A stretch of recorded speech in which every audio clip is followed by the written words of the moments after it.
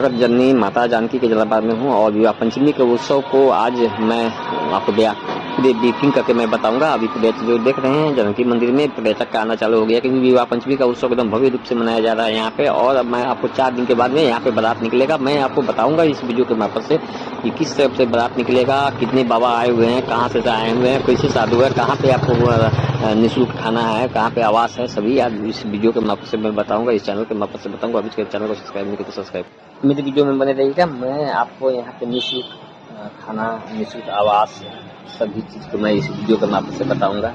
बहुत बाबा लोग भी आ रहे हैं, साधु संत भी आए हैं, तो उनका भी मैं उनसे बात करूंगा। और विवाह जो बारात जो घूमेगा दूल्हा के लिए, उसमें भी ये लोग सभी आदमी संलग्न होंगे, तो मैं सभी से बात करूंगा। लेकिन अभी तक मेरे चैनल को सब्सक्राइब नहीं किया, सब्सक्राइब करिएगा। मैं विवाह पंचमी संबंधी अपनी जानकारी इसी चैनल के माध्यम से दूंगा। मैं अभी आपको श्री जानकी मंदिर के पूर्व व्यक्ति में हूँ, जो मुख्य द्वार जिसे बोलते हैं, या मुख्य द्वार पे में देख रहे हैं। आपको दर्शक से लग रहा हो कि मेरा वीडियो पसंद पड़ा होगा तो जय श्री राम जरूर लिखिएगा।